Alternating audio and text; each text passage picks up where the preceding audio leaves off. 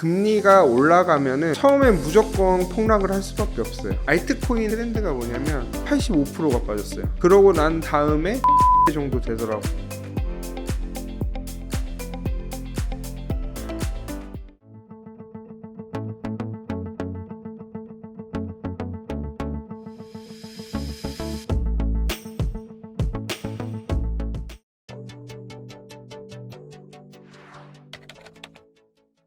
최악의 시나리오는 저는 항상 지난번에도 한번 말씀드렸는데 제일 무서운 거는 물가가 갑자기 여기서 급등해 갖고 금리를 여기서 급격하게 올려야 된다.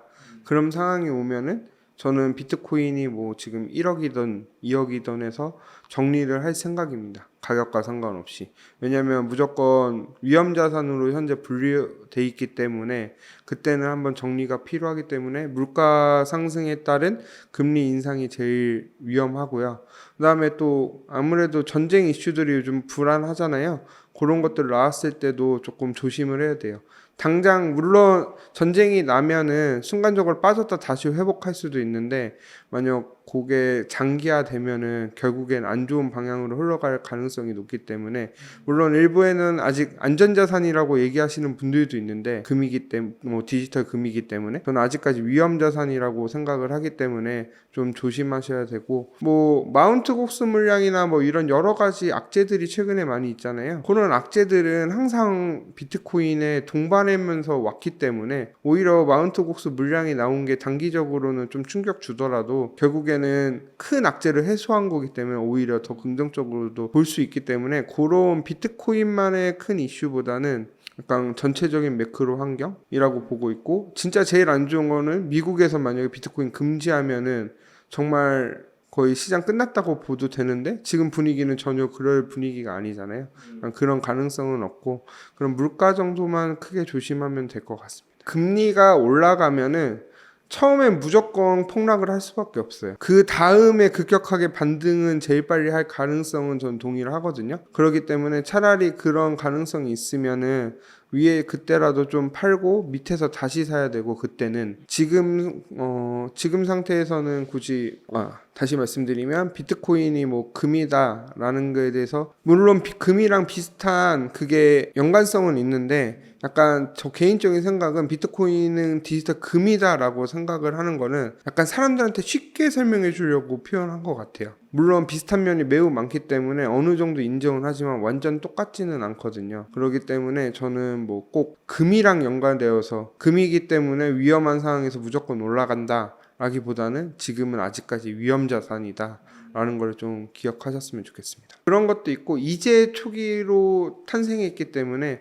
아직 제도권에 들어오는 단계지 안정적인 단계는 아직 아니라고 생각을 하기 때문에 시간이 금처럼 되기 위해서는 시간이 조금 더 필요하다라고 보고 있습니다. 과거 2004년도에 금이 엄청 크게 상승을 그때 현물 ETF가 되면서 크게 계속 우상향을 했었어요. 그래갖고 그런 것처럼 비트코인도 ETF가 되면서 꾸준히 우상향할 거라고는 보고 있는데 다만 그렇다고 해서 하락이 없는 건 아니고 중간에 막 50% 이상 뭐 정말 최고점 대비 뭐 50% 이상의 하락은 언제든지 발생할 수 있다라고 보고 있기 때문에 장기적인 전망은 계속해서 기존 고점을 계속 넘는 그런 시도들은 여러 번 있을 거라고 보고는 있는데 그렇다고 해서 그냥 하락 없이 계속 상승만 한다 그러기는 좀 힘들 것 같습니다. 좀 약간 ICO 때 많이 당해봐서 아는데 약간 알트코인을 상상을 할 때 최근에 트렌드가 뭐냐면 저희가 시가총액을 할 때 유통되는 양만큼만 시가총액이 잡혀요. 예를 들어 저희가 1억 개가 발행이 됐다고 하는데 시장에 1000만 개만 풀렸으면 10%만 풀린 거잖아요.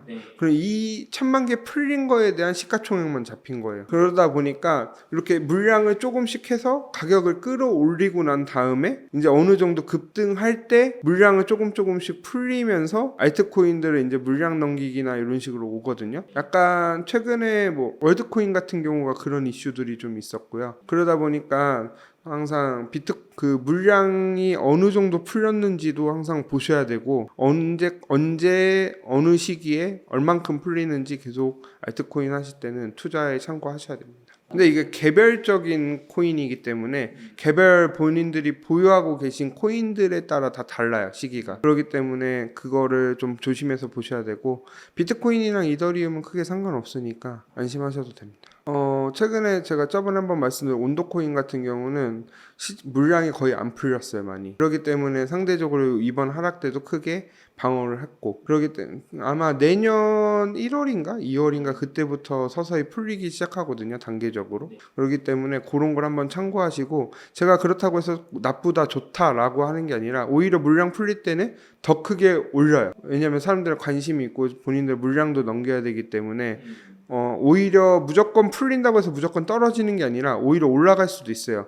제가 근데 이런 부분을 강조드리는 이유가, 대신에 여기서 잘못 물리면 답이 없어요. 계속 계단식으로 물리면서 반등 없이 떨어지거든요, 장기간으로. 그렇기 때문에 알트코인을 제가 장기 보유를 미추천하는 게, 이런 물량들을 한번 물리면은 정말 끝없이 떨어지거든요.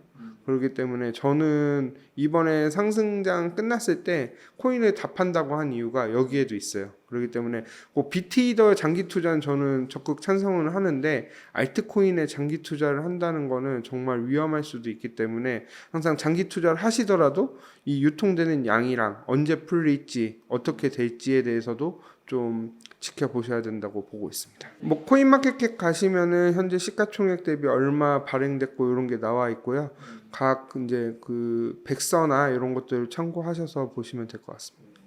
이번에 이스라엘이랑 이란이랑 약간 대립이 있었잖아요. 그때 확전이 된다고 처음에 나왔을 때 비트가 빠졌어요. 그러고 난데 언제 올랐냐? 이제 장기적으로 확산 안 된다라고 했을 때 이제 빠졌거든요. 어쨌든 다시 한번 말씀드리지만 일단은 안전자산이 아니에요, 비트코인이 현재. 위험자산이란 걸 꼭 기억하시고, 그 다음에 또 하나는 자꾸 물론 그런 전쟁이 직접적으로 해서 정말 그 나라에서는 비트코인의 가격이 올라갈 수가 있어요. 하지만 비트코인은 지금 이제 달러 자산이거든요. 그러니까 달러 기준으로 판단을 해야지, 비트코인이 무조건 그 지역에서 만약 예를 들어 김프처럼 뭐 김프가 50% 낀다고 해서 만약에 뭐 이스라엘의 비트코인 가격이 50%가 더 높다고 해서 저희가 이스라엘에 가서 팔 수가 없잖아요. 그렇기 때문에 그렇게 크게 영향은 없고요.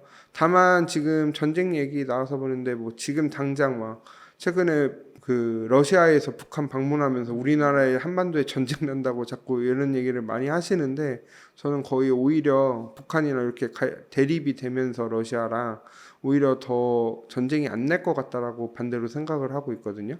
그렇기 때문에 뭐 전쟁 때문에 비트코인이 폭락할 가능성은 좀 낮지 않을까라고 보고는 있습니다. 일단은 마운트 곡스가 2014년도에 일본의 이제 비트코인의 최대 거래소, 지금으로 따지면 뭐 바이낸스나 뭐 코인베이스 같은 데가 되겠죠.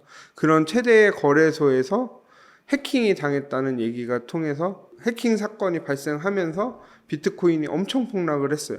그때 당시에 제가 경험은 하진 않았는데 나중에 얘기를 들어보니까 비트코인 정말 끝났다, 부정적이고 정말 이제 터질 게 터졌다라는 얘기가 나왔는데, 그때 이제 그 해킹 당했던 피해 보상을 이제 시작을 해야 되는데, 이제 계속 한다라고 했다가 현금으로 상환은 이미 거의 마무리되었고요. 이제 비트코인으로 직접적인 보상을 하는 게 이제 시작이 됐고, 아마 10월 달까지 한다고 했으니까 이제 물량이 나오긴 할 거거든요. 근데 그 물량이 뭐 10만 개가 조금 넘는데 그 물량이 한 번에 다 나올 것 같지는 않고요. 그러다 보니까 물론 걱정은 되기는 하거든요, 한 번에 나올 경우는. 하지만 이미 갖고 계셨던 분들은 생각해보세요. 2014년도에 투자하셨으면 저보다 더 비트코인에 믿음이 크신 분들이 아니었을까요? 그리고 이미 믿음이 없으신 분들은 현금으로 다 상환을 받았겠죠. 그렇기 때문에 비트코인으로 받으신 분들은 그만큼의 믿음을 갖고 투자하신 분들이니까 오히려 비트코인이 한 1억, 2억, 3억 갔을 때 팔았을 때 더 이득이 아닐까요?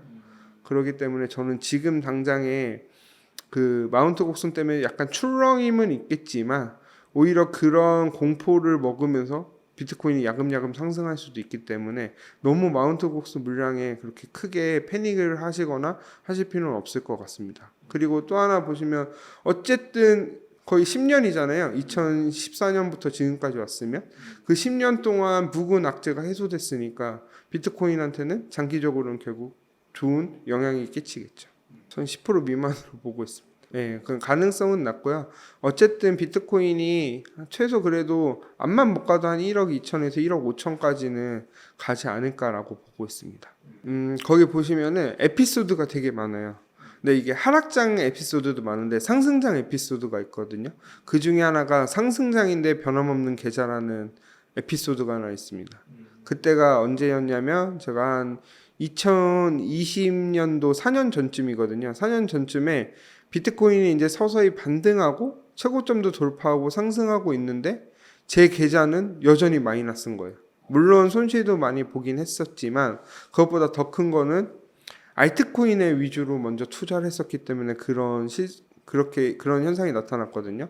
결국에는 나중에 이제 알트코인 상승까지 와서 본전 이상의 수익을 발생을 했기 때문에 지금 아직 알트코인이 상승하기까지 시간이 조금 더 걸리고 상승장에서도 꼭 무조건 편한 건 아니다라는 거를 에피소드를 통해서 많이 보실 수 있기 때문에 일단 기술적인 부분도 좋지만 에피소드가 거의 절반 정도 되기 때문에 그 에피소드만 봐더라도 공감되시는 분들이 굉장히 많을 거예요. 그렇기 때문에 아마 멘탈 잡는데 조금 도움이 되지 않을까라고 보고 있습니다. 항상 그때가 그렇게 하고 나면은 알트장이 시작되더라고요. 그러니까 비트코인 흡성대법이라고 혹시 들어보셨나요? 그 비트코인만 올라가요. 알트코인이 안 올라가고. 비트코인 올라가는데 알트코인이 못 올라가니까 상대적인 박탈감이 발생을 하거든요. 그래서 그때 어떤 현상이 나타나냐면 이제 비트만 가는구나 라고 해서 알트를 팔고 비트로 다 이동을 해요. 그럼 기가 막히게 그때부터 알트코인들이 올라가요. 도미넌스가 빠지면서. 그렇기 때문에 지금은 뭐 무조건 비트 흡성까지는 아니지만 지금 알트코인들이 너무 힘든 상황이기 때문에 비트로 이제 전환하는 시기는 조금 늦었다라고 보고 있고요. 오히려 뭐 비트보다는 진짜 바꾸고 싶으면 이더리움으로 바꾸는 게 낫지. 비트보다는 이더리움으로 바꾸시는 걸 추천드리고 그럼에도 저는 안 바꾸고 본인이 정말 믿는 코인이라면 끝까지 한번 가져가시는 게 좋다라고 보고 있습니다. 저는 계속 말씀드리지만 옛날에 이미 크게 한번 상승하고 크게 하락한 코인들에 대해서는 크게 저는 신경을 안 쓰고 있고 새로 나온 코인들이나 요즘에 좀 많이 급등했다가 좀 빠졌던 코인들은 어차피 상승장 오면은 같이 한번 더 갈 확률이 높거든요. 하지만 이제 크게 상승을 못 했는데 같이 하락한 코인들이 있어요. 그런 코인들은 좀 심각하게 고민을 해봐야 되는데 그렇다고 해서 제가 무조건 바꾸라고 말씀을 못 드리는 게 꼭 내가 바꾸면 그때부터 올라가는 경우가 많이 있거든요. 그렇기 때문에 저는 오히려 그냥 추천드리는 거는 만약에 정말로 알트코인을 사고 싶다. 사라는 얘기는 아니지만 정말 알트코인에 물을 타고 싶다라고 하면은 그거를 한 번 더 생각해 보셨으면 좋겠습니다.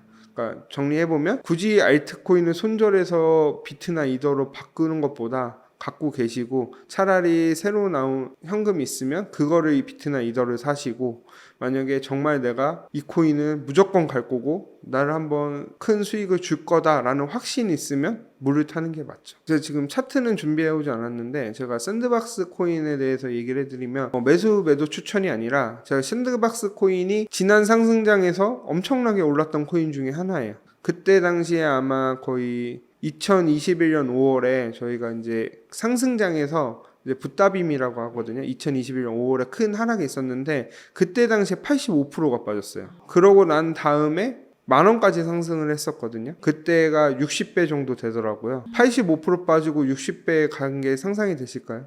그러니까 이런 식으로 가능성도 있기 때문에 제가 그래서 알트코인을 손절하라고 말씀을 못 드리는 거예요.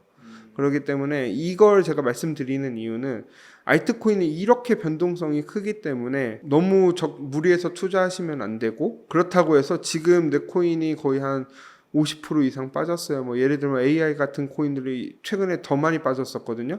그런 코인들이 너무 많이 빠졌기 때문에 이제 끝났어요. 이런 식으로 생각하지 마시고 오히려 많이 빠졌으니까 세게 올라갈 수도 있거든요. 그런 것도 한번 참고해 보셨으면 좋겠고 다시 한번 말씀드리지만 매수 매도 추천은 아니고요. 그런 알트코인들의 하락할 때도 크게 하락하지만 반대로 상승할 때도 크게 상승한다는 점을 기억하셨으면 좋겠습니다. 항상 근데 지금 만약에 비트코인 1억 갔는데 이번에는 이제 알트코인 오를 거라고 생각해서 알트코인으로 만약 바꿔놨으면 어떻게 됐을까요? 이미 상승분에 대해서 다 반납을 했잖아요.